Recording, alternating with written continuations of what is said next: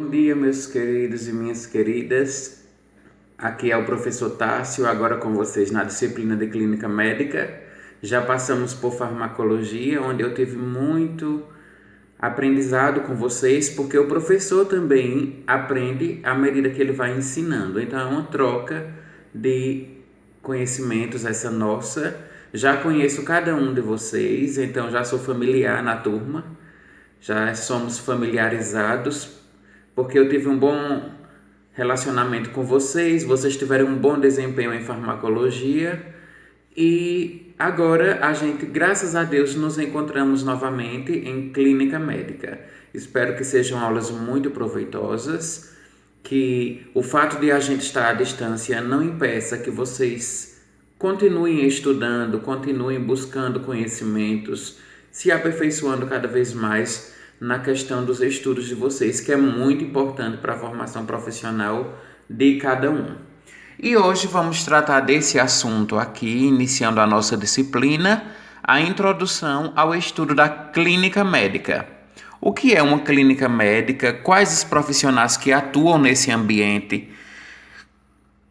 Esses profissionais que atuam devem ter algum preparo, alguma especialização ou algum conhecimento adicional? Ou simplesmente esses profissionais que trabalham na clínica médica são escolhidos de forma aleatória. Então, tudo isso a gente vai ver, né, nessa nossa disciplina.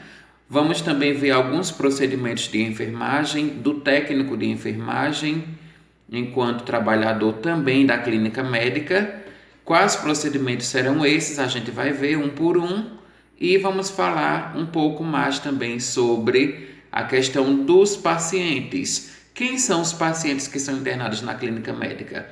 Qualquer um deles, qualquer idade, qualquer faixa etária, o que é que vocês acham?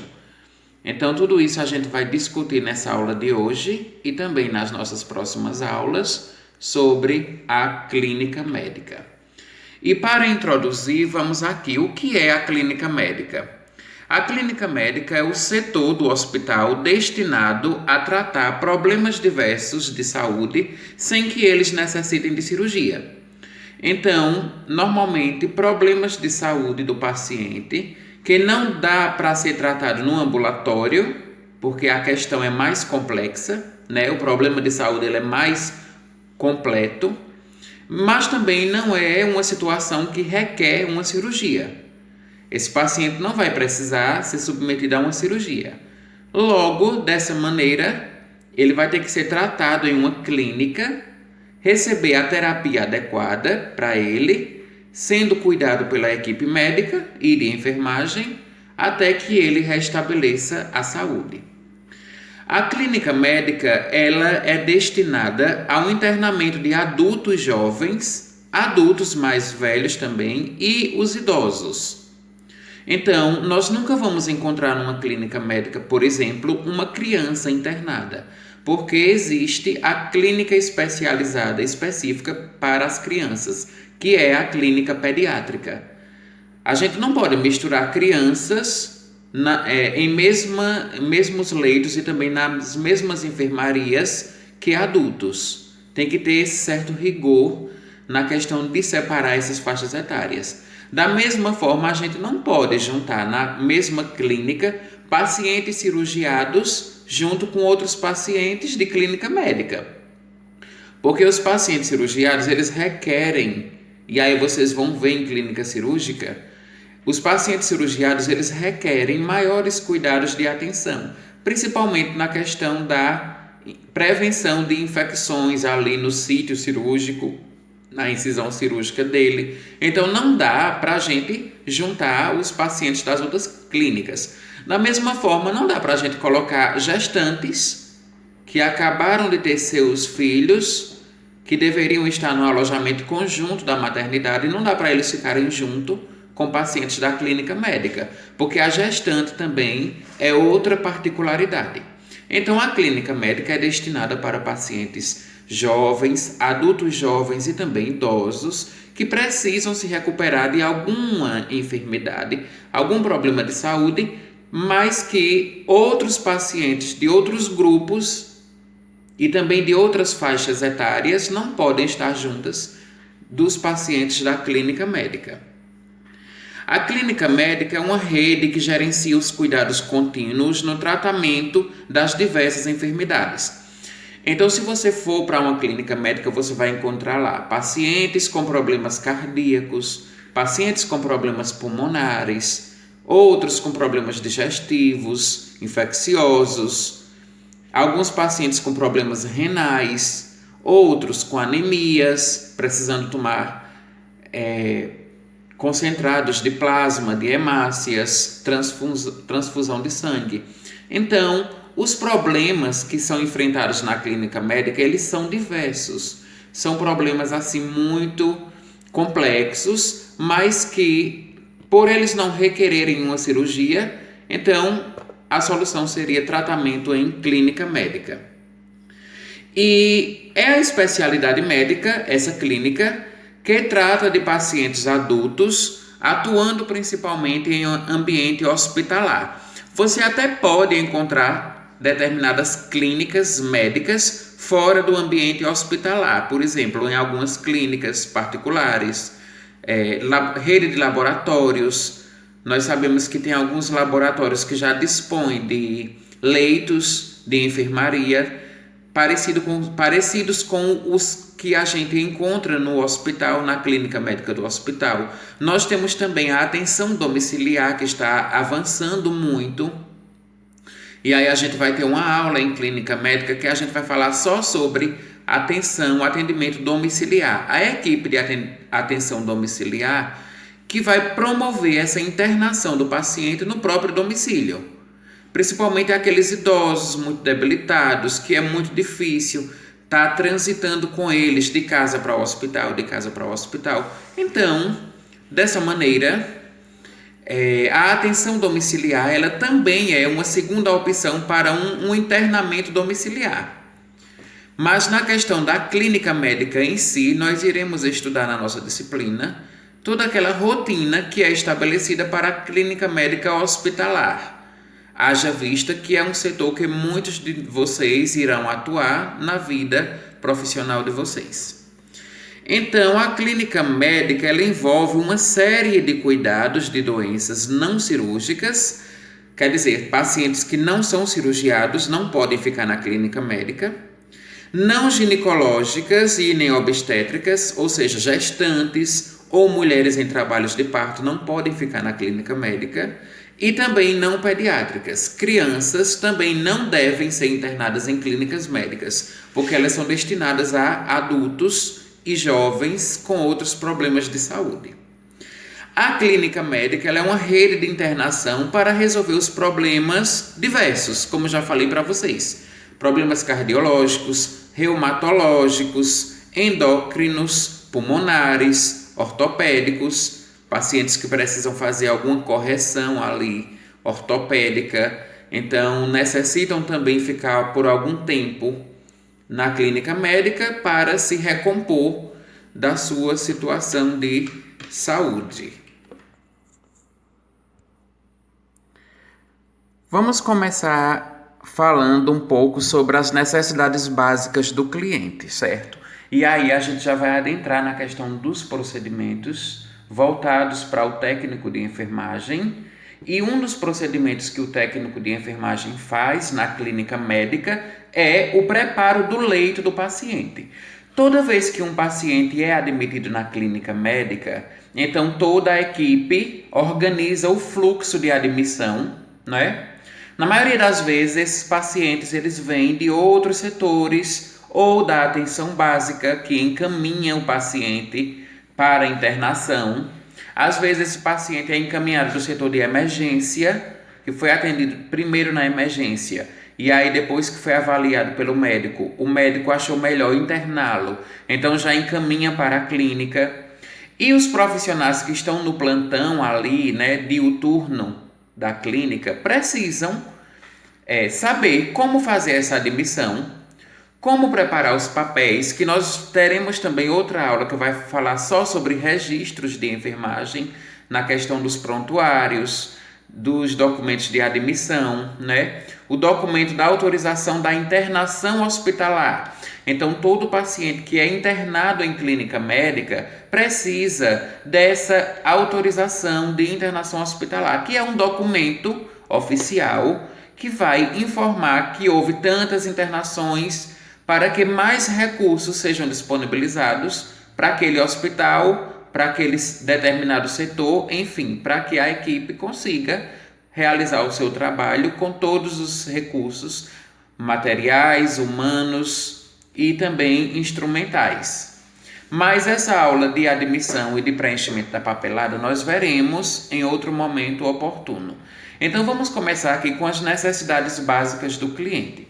Toda vez que for admitir um paciente, o leito que vai receber o paciente precisa estar organizado e precisa estar bem preparado, porque vamos nos colocar no lugar do paciente. E se fôssemos nós que fôssemos admitidos numa clínica para passar alguns dias internados ali com algum problema de saúde, como será que a gente queria que aquela equipe nos recebesse? Como será que a gente queria que fosse o nosso leito de hospital, se fosse o caso de ser algum de nós? Como será que nós queríamos ser atendidos, né? Então, eu digo sempre nas minhas aulas, empatia.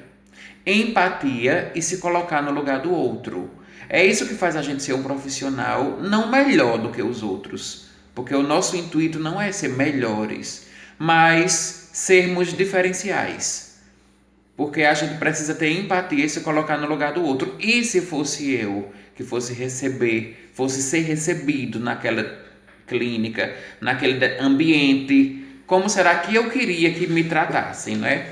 Então vamos começar aqui com as necessidades básicas do cliente, falando um pouquinho da higiene do leito. É um procedimento do técnico de enfermagem, mas também de outros membros da equipe. Então, a primeira coisa que deve ser feito é preparar o leito para admitir o paciente. O paciente vai chegar, ele vai precisar daquele leito ali confortável, bem preparado. E como é que a gente vai fazer isso? É esse passo a passo aqui que nós iremos estudar agora.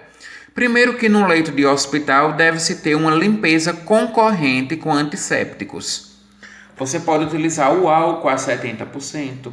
Você pode utilizar algumas soluções químicas, como detergentes, ou alguns concentrados, alguns preparos, para que você possa ali fazer a limpeza, que a gente chama de asepsia do leito.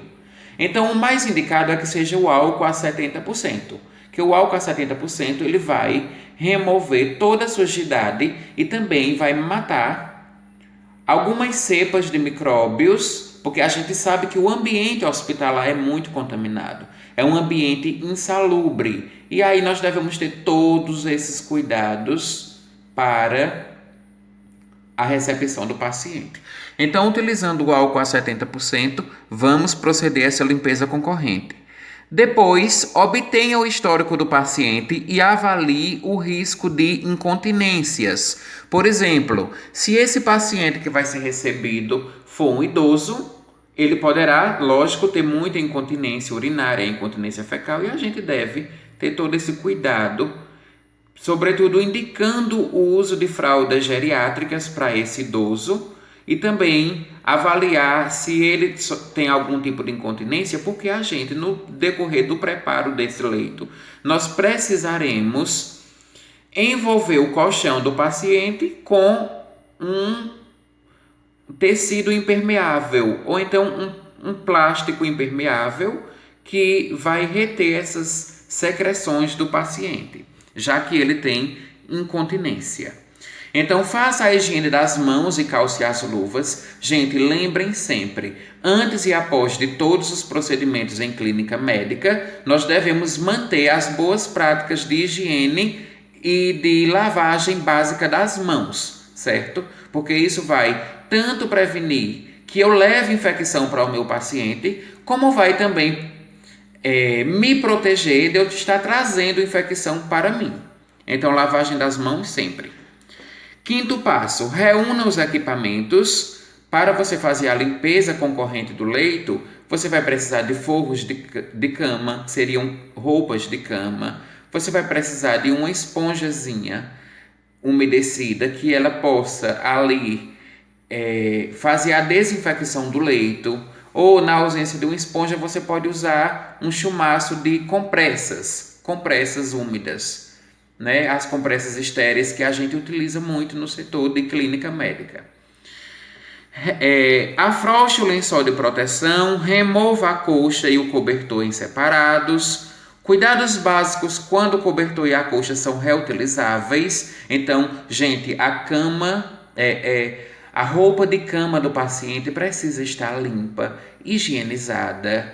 Precisa que essa roupa esteja sequinha, passada, de forma que possa promover conforto ao paciente. Veja a importância da equipe de lavanderia do hospital, né? Para que possa dar conta dessa limpeza dos forros de cama e das roupas de cama para receber o leito para o paciente que vai chegar ali naquele ambiente. Cuidados básicos quando cobertor e colcha são reutilizáveis, sobretudo nos cuidados de higiene, e aí, mais uma vez, eu friso o trabalho super importante da equipe da lavanderia.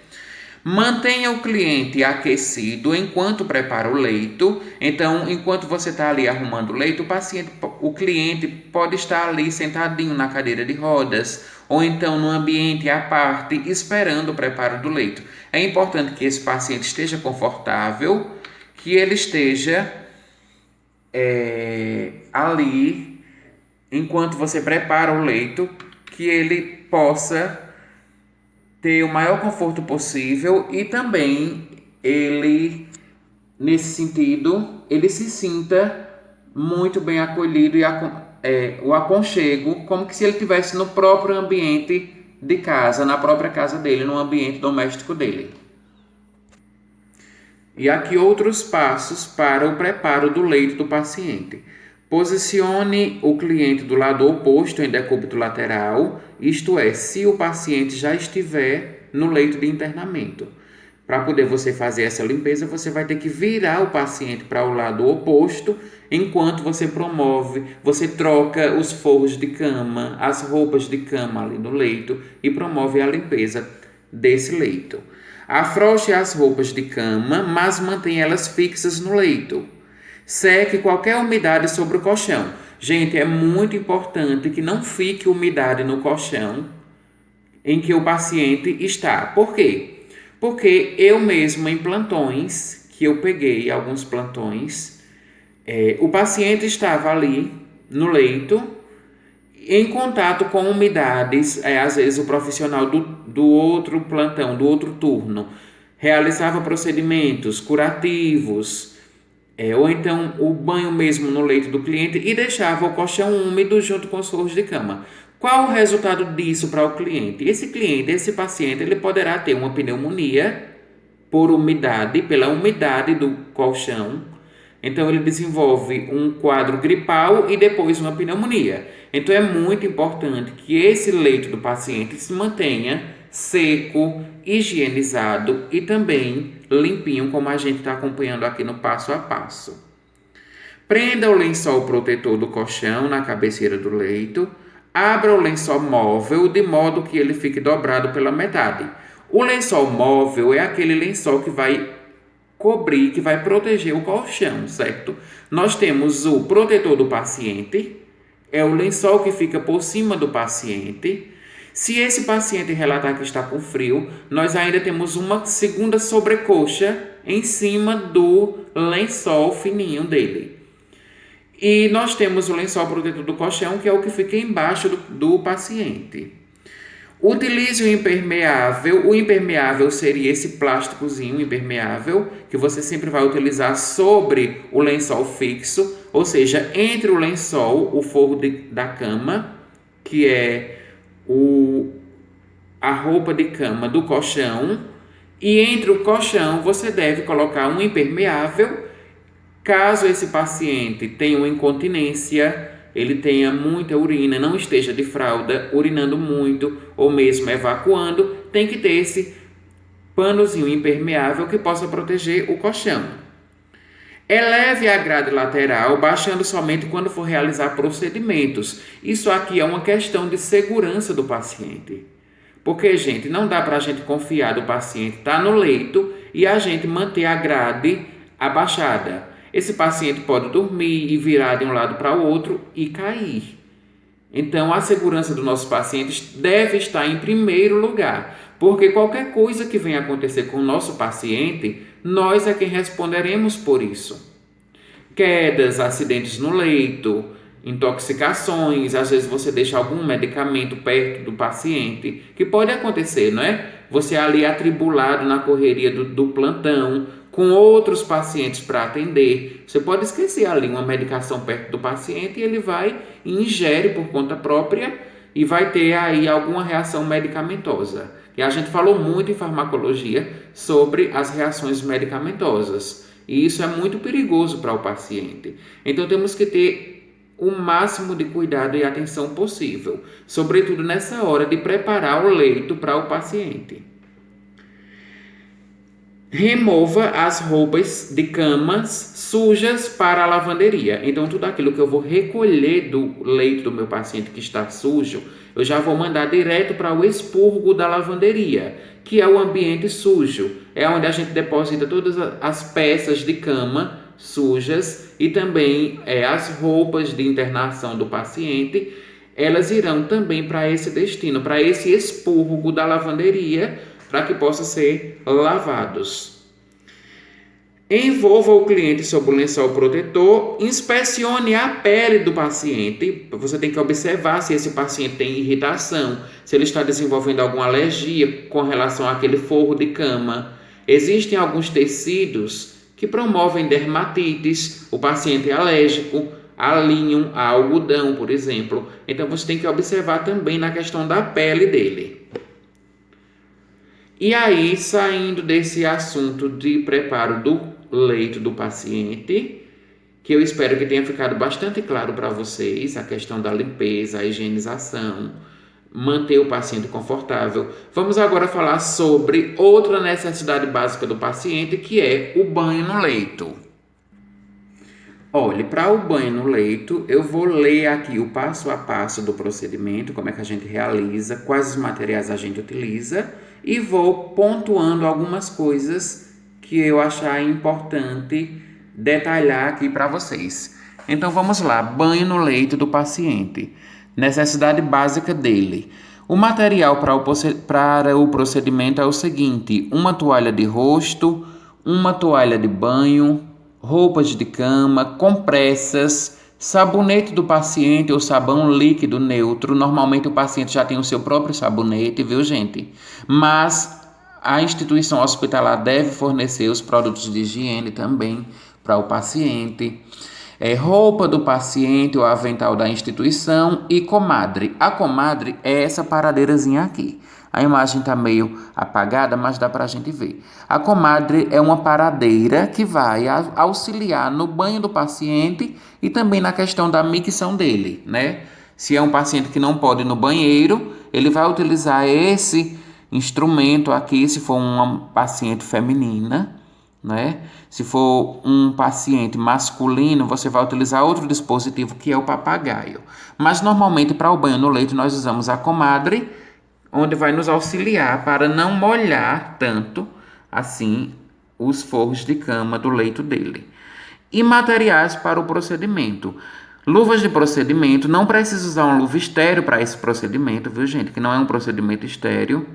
E nós temos hamper, biombo, se necessário. O hamper é como se fosse um lixeirozinho que a gente utiliza, mas não é um lixeiro propriamente dito, é um cesto onde você vai depositar os forros do paciente de cama ou as roupas dele, as roupas de internação dele, você vai depositar nesse hamper. O biombo é aquela divisóriazinha que você utiliza durante a realização do banho no leito para fornecer a privacidade do paciente. E aí 2 bacias, uma bacia para você colocar a água de realmente dar o banho nele no leito e a outra bacia que você vai escoar a água excedente. Mantenha sempre o máximo de privacidade. É por isso que a gente usa o biombo para manter essa privacidade do paciente. E aí vamos descrever como é feito o procedimento. Observar para que a temperatura e ventilação do ambiente estejam agradáveis para o paciente. Viu, gente? Porque assim, a temperatura da água deve estar em torno de meio morninha. Não tão fria e não muito quente para não promover lesões na pele do paciente.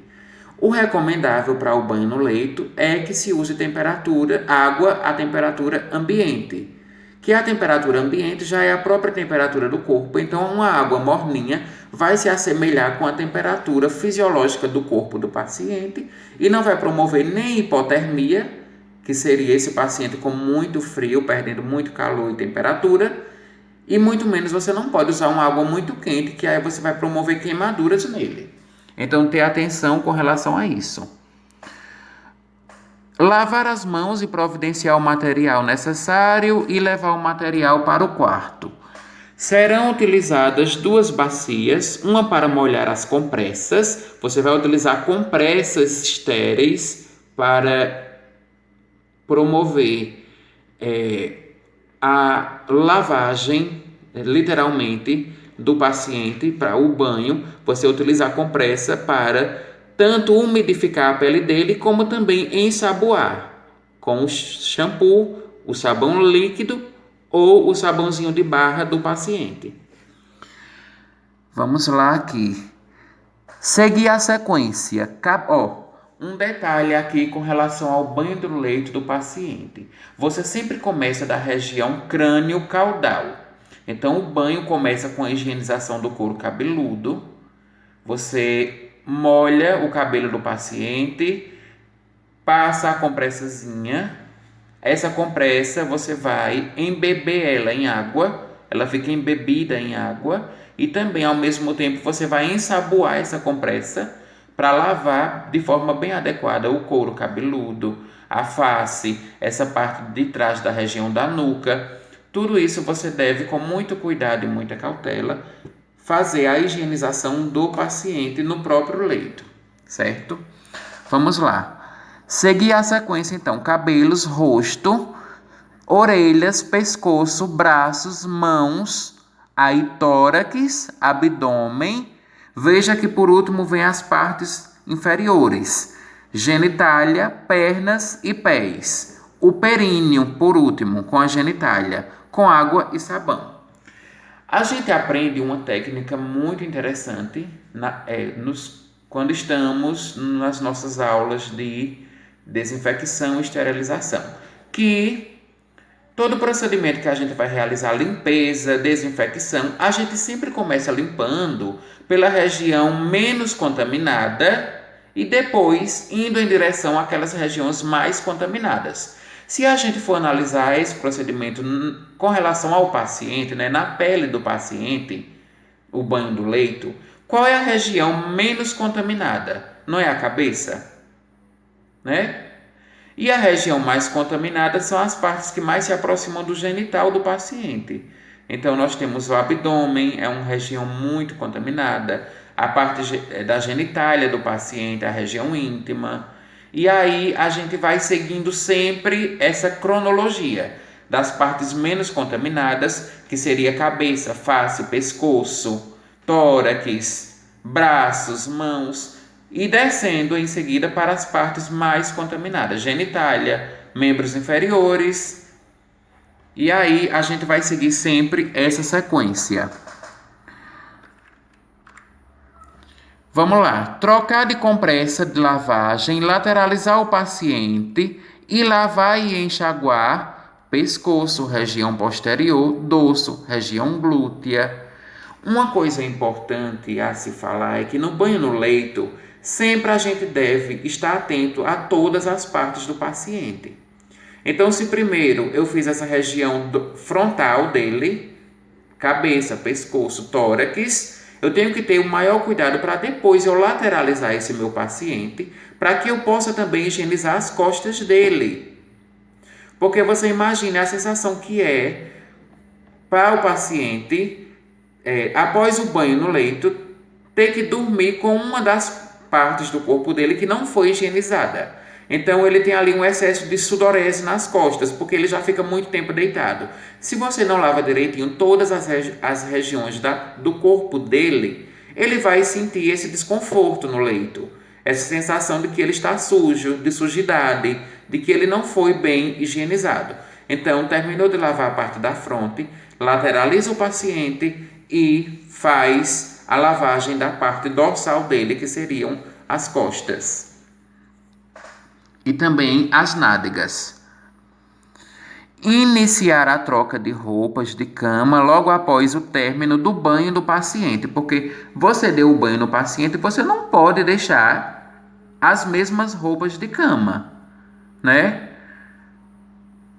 Tem que também higienizar o leito, como a gente já viu anteriormente, e também trocar os forros de cama para dar roupas de cama limpas. Empurrar o lençol de baixo o mais próximo possível do cliente, descobrindo a lateral do colchão. Estender o lençol limpo sobre o colchão, mais a proteção impermeável do lençol móvel. Lateralizar o cliente para o lado oposto, retirando o lençol usado e puxando o lençol limpo. E por último, colocar os lençóis sujos no hamper. O hamper é o cesto que a gente usa no hospital para colocar as peças de roupas sujas, tanto as roupas do paciente como as roupas de cama. Vamos aqui continuar. Trocar o lençol de cima, descobrindo parcialmente o paciente, estender a coxa. No expurgo, que é a região suja, né, da lavanderia, a gente vai remover a nossa luva, que a nossa luva nesse momento está contaminada, e vai higienizar novamente as mãos depois que a gente depositar lá na lavanderia todo o material que foi colhido do paciente. Checar a prescrição de enfermagem e anotar o procedimento, realizando e registrando os aspectos do paciente, da pele, se houve alguma intercorrência, se esse paciente sentiu frio, se esse paciente teve uma hipotermia, de repente a temperatura dele baixou, se esse paciente aceitou o procedimento do banho, se ele reclamou, se ele achou bom, se ele elogiou, se ele disse que é muito bom tomar banho, e que assim a gente vai percebendo as percepções sociais e os hábitos de vida desse paciente. Pode parecer que não, mas um banho no leito diz muito sobre o nosso paciente. A gente conhece a história dele, a gente tem a oportunidade de conversar mais com ele, se ele for lúcido e conversativo, né? Comunicativo. É durante o banho no leito que nós temos mais proximidade com esse nosso paciente, muito mais até do que quando a gente vai fazer a medicação, porque é no banho do leito que nós temos o contato, a questão tática, não é? A pele, a sensibilidade, o toque.